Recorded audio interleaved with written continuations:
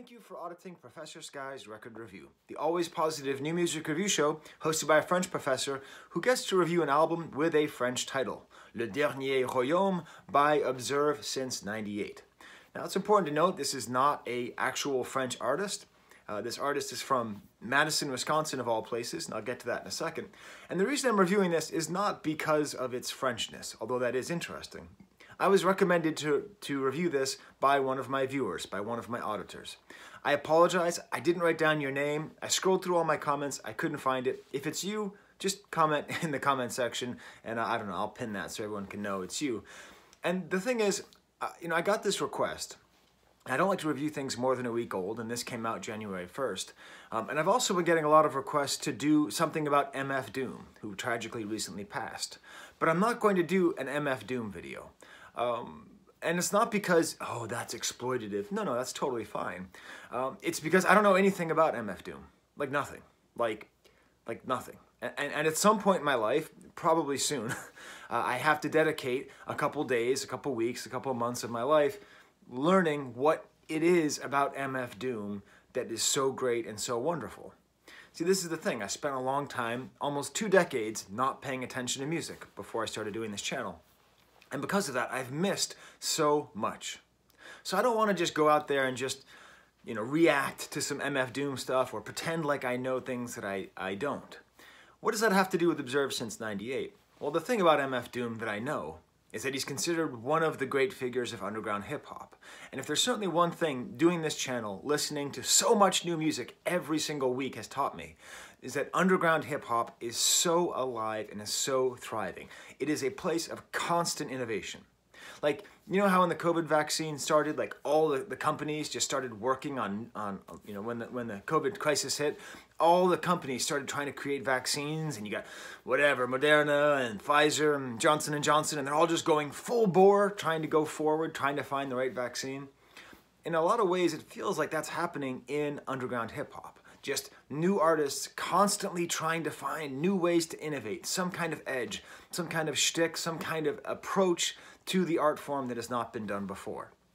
So I would like to honor MF Doom by not reviewing MF Doom, but by reviewing a different artist who shows the promise of underground hip-hop in a different way.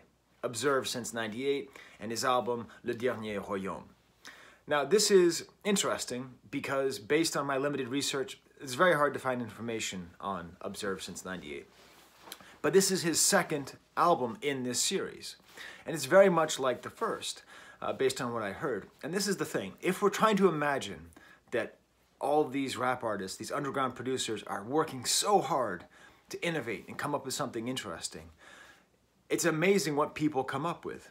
Like what is going to be their thing. On this album, the thing is totally whack music from France, okay? I have a pretty good collection of French music. And there's a lot of, just like American music, there's good music and there's bad music. Somehow, Le Dernier Royaume, somehow Observed since '98, has managed to dig in the deepest crates to find this music, mostly from the '70s, a little bit from the '60s, that we could best sort of call soft rock, or the French term like varieties, or it's just this. If you took these songs out of their hip-hop context, you would never listen to them. But he's able to take them, mix them together, make them into actual great hip-hop, for lack of a better term, bangers. I included here one of my favorite artifacts from my music collection. This is a Bismarcky alarm clock. It goes off every day at 9:45 to remind my son that it's time to wind down on the video games. Now, what's funny about this is what you see he's doing, right? Bismarcky is famous for beatboxing, for rapping, for being on Yo Gabba Gabba. But what is he doing in this actual alarm clock? He is digging in the crates. He is finding records. This used to be considered one of the great skills that was necessary to be a hip-hop artist, finding the most obscure samples and using them in the most interesting ways. Obviously, partly because of Gilbert O'Sullivan's lawsuit against Bismarcky for the song Alone Again, an amazing song, hip-hop had to go away from samples in order to preserve its financial feasibility, right? You can't just make music and then have to give all the money to some dead dude, right? So because of that, hip-hop has moved away from samples, and when you hear someone who uses samples, it's almost a deliberate attempt to say, this art is still alive. And that's what we have here in this. The art of sampling is still alive. The art of digging in crates that are so deep, they mystify me, okay? Somebody who listens to a ton of French music, and I'm like, how did this guy think to sample this? It's like, so much of it's like soft rock, or like kind of, they sound like sort of cheesy intros to 70s romance movies. Very interesting. The cover of the album features a sort of defaced painting of Napoleon as an emperor, which is kind of an interesting idea. I mean, it wasn't really a kingdom under Napoleon, if I'm going to be a French professor about it.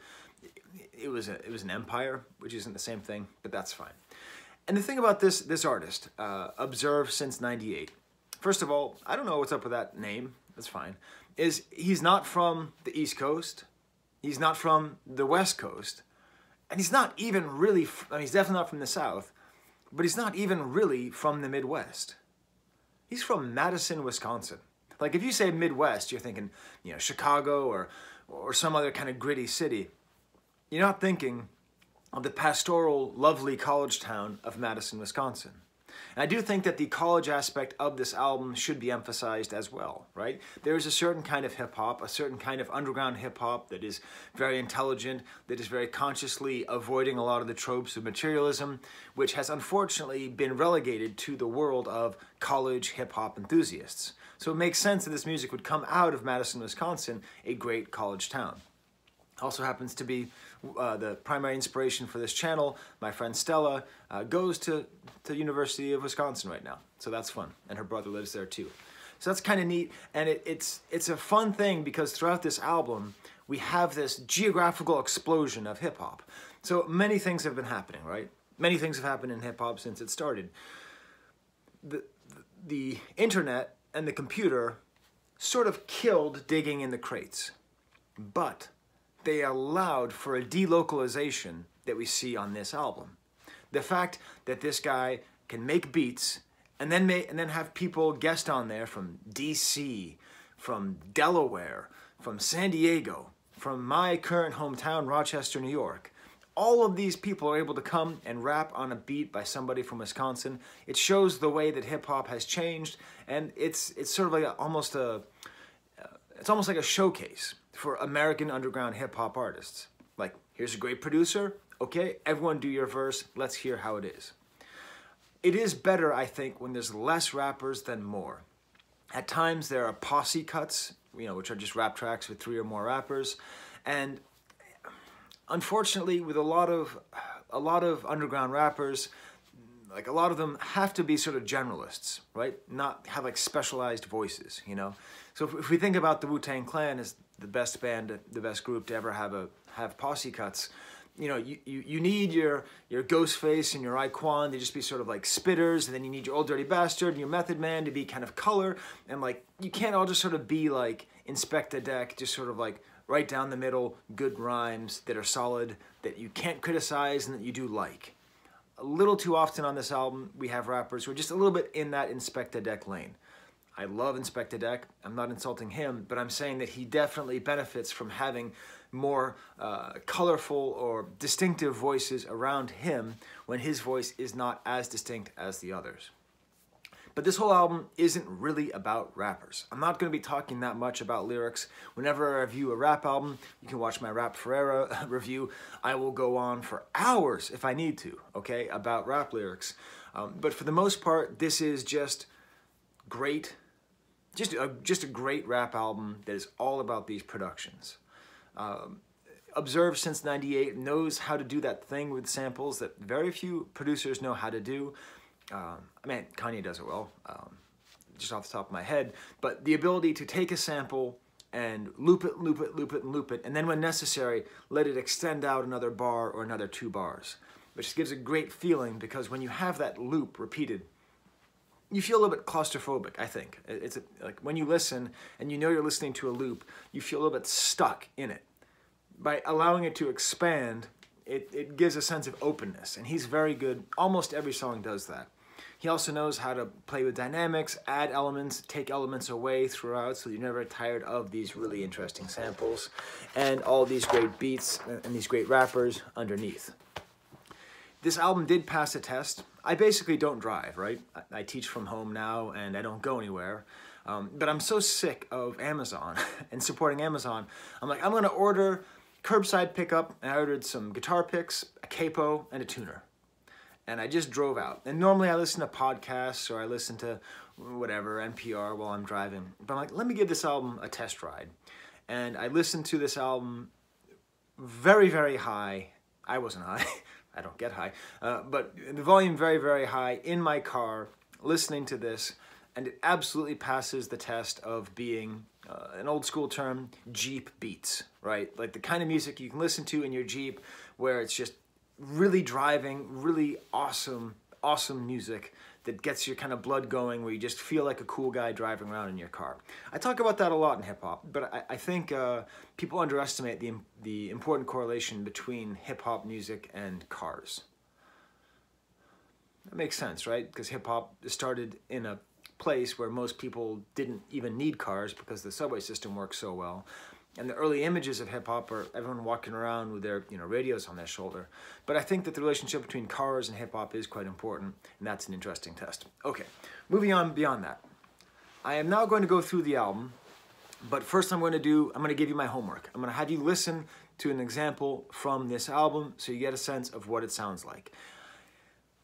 Stylistically and sonically, the entire album is totally consistent. Everything sounds the same. And when I say that, I don't mean that in a bad way.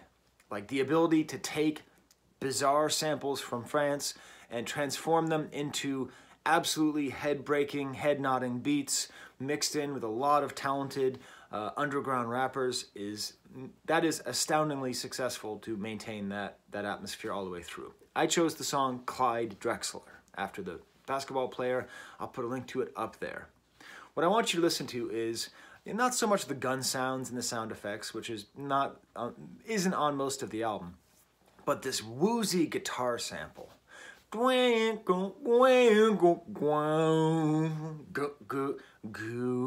Beautiful sample, especially if you listen to it on headphones, you'll hear there's a lot of panning between left and right. Just a great sample. And this sample the song is originally by Mireille Mathieu, who is like Barbara Mandrell. Like I'm trying to think of like what's the most, like not even Shania Twain. Like Shania Twain is 10 times cooler than Mireille Mathieu. Just one of the most sort of like white bread, cheesy, your grandmother likes it French music that you've ever heard. But it's a beautiful sample and it's used exactly right. The voice comes through all the way throughout this album. I talk a lot about how different languages have different cadences, have different rhythms. He knows how to use the French language in these samples to create interesting rhythms. It's not just like, oh, that's exotic and that's weird, but it works really quite well. And at the end of the song, you even hear the whole thing sung at the end. As far as the rappers go, we have Monday Night, who's from Richmond, Virginia, and his voice matches perfectly. And then we have Rush, R-U, money sign H, who's from Delaware. So we have a new president, and he's from Delaware. And we now have a good rap artist on a good song from Delaware. So that's the most I've thought about Delaware in my 43 years of living. There you go. But it's this kind of fun thing that's happening on this album with this new fully delocalized hip-hop where it's not really about Wisconsin. It's not really about Delaware. It's about the United States of hip-hop. Oh, crap. Look, that wasn't even intentional, having the Bismarcky in front of the flag. This is my son's workroom, by the way. We call it the gender-neutral person cave. And he's all into the Model UN and stuff. That's why we have all the flags. So I'm not trying to like make a political statement there. But yeah, this album is about the United States of hip-hop. lyrically is a good example of the kind of lyrics on this album. Something blew out the hand like Ryu. They would be as fast as sonic booms and kick back flips like Guile. Very direct pointed references to video games, Street Fighter 2. Good lyrics, clever, but not really about anything. This album isn't about selling crack, and it isn't about not selling crack, and it isn't about being... it isn't about social justice, and it isn't not about social justice. Most of these rappers are just... they're almost like instruments, where they're giving good lyrics, their voices are good, but just goes along with this tapestry. There's also very prominently featured throughout the album the producer tag, Loretta, for Loretta Music. And it's interesting because that definitely does remind me of Griselda, right? It's a weird name for women that you don't hear every day, Griselda or Loretta. And there are on this track, lots of very kind of Griselda feel. I don't think they're ripping. I don't think there's any direct relationship between Griselda and Observe Since '98, but they're both evidence of this thing that's happening, this arms race of innovation in hip hop, where you have Griselda who are home crafting Wu-Tang style beats, and then you have this guy in Wisconsin who's digging in the deepest French crates for bizarre beats. They're both just awesome art, underground artists who are trying to make the best possible music in this ever-expanding genre of the United States of hip-hop. Bismarcky would be a great president, although I voted for Shirley Chisholm. Okay, I'm now going to go through the rest of the album track by track very briefly. There isn't that much to say about each track. Starts off with a prelude, really nice sample, kind of a weird thing of someone speaking in French about savages and their kingdom. Moves on to the track Conspiracies. Has a kind of a cool opening verse where someone is happy that he exists, talks about the improbability of existing, which is interesting. I believe the sample here is from Nicoletta, Il est mort le soleil, the sun is dead. Another kind of like, how in the world did you find this track? Like, how did you find it? We then have Knowledge the Pirate, sort of the most underground rap name I've ever heard, but nice kind of accent on his voice to break it up. We then get to Fly Beret, which is a good example of why I don't like the posse cuts on this album quite as much. They're all fine. They're all good even. There's no like bad rappers here, but there's just a little too much going on. It does have an actual DJ, I believe Dolo76, scratching different voices and names. Prodigy is sampled from Mobb Deep. Question, is he the most sampled? Okay, since 2010, is Prodigy the most sampled rapper in hip-hop? I think he might be. You hear his voice a lot. But it ends up landing on this just beautiful swirling sample with saxophone in both ears. WhoSampled.com is one of my favorite websites for hip-hop research. If you're watching this Observe Since '98, would you please do the work for me and for the world and put all of your samples on Who Sampled? I may be afraid of someone biting you, but everyone would know where it came from. Because I don't know all these songs. I study French music and I don't know all these songs. It's just great. One of the rappers on here, I forget which one, rhymes by mispronouncing the name Doncic, the basketball player of, I believe it's Croatian descent. It's just funny. I'm married to a Serbian, so he calls it Doncic. And then makes a reference to Stewie Griffin and Cool Whip, which is one of Stella's favorite jokes, my friend in Madison. So that was fun. 20,000 Leagues is the next song, kind of a fun. What's interesting is you'd think that an album like this would have more humor to it. There isn't a ton of humor, even though it's kind of a goofy idea sampling all these old French songs. That's neither here nor there. But 20,000 Leagues is a reference to 20,000 Leagues Under the Sea, the Jules Verne book. Jules Verne is, of course, French. Cool kind of guitar sample that does that nice extension thing I talk about, and like bubble sounds. And this has sort of a better example of a posse cut because there's more variation between the voices. It starts off with a British rapper, ends with someone, Sully Nomad, who kind of has a sort of a Capadonna vibe from Wu-Tang, just that kind of sound to him. And then the next track is called Third Eye. Now, if we were to have a compendium of themes of underground hip-hop, the third eye is like #1, like with a bullet. Like, I don't know what it is about underground rappers talking about their third eye. So I was all prepared to think this song sucks, but this is the best song on the album. This song is unbelievable. Absolutely unbelievable. I'm not choosing for you to listen to it for my homework.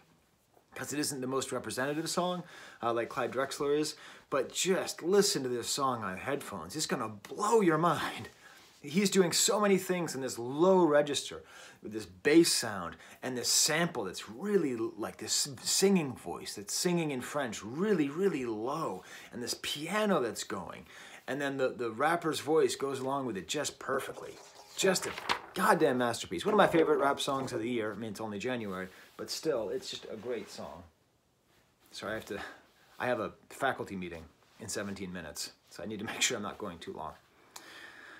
I am not a fake professor. I'm a real professor. Next track is called Ancient Degrees with a Z. This is the low point on the album for me. I like the sample.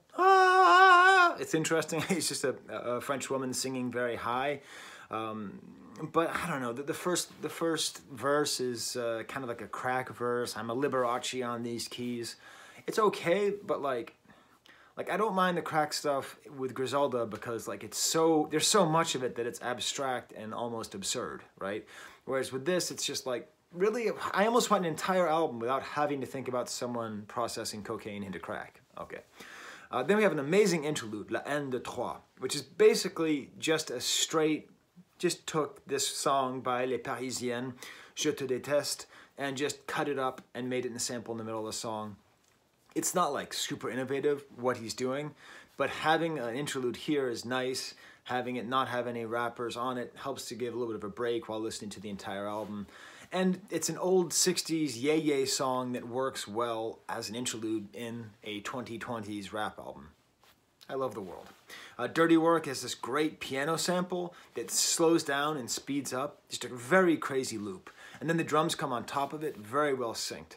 And then we have Mav, who's actually from Rochester, New York, which is great. I'm always looking for more well, I'm not looking for more rappers from Rochester. I'm always happy when they fall in my lap. Because even though I study a lot of underground hip-hop on this channel, I'm intentionally not like trying to be an underground hip-hop guy, right? Just like I don't want to be a post-punk guy, right? I just want all music and see what's good and then study it. And so when things like this pop up, it makes me very happy to hear someone who, you know, I might end up teaching one day at my college. And then there's a guy named Pounds who comes on, who is a different style of rapper, has kind of a growl. And this is that nice idea of having the variation between the voices.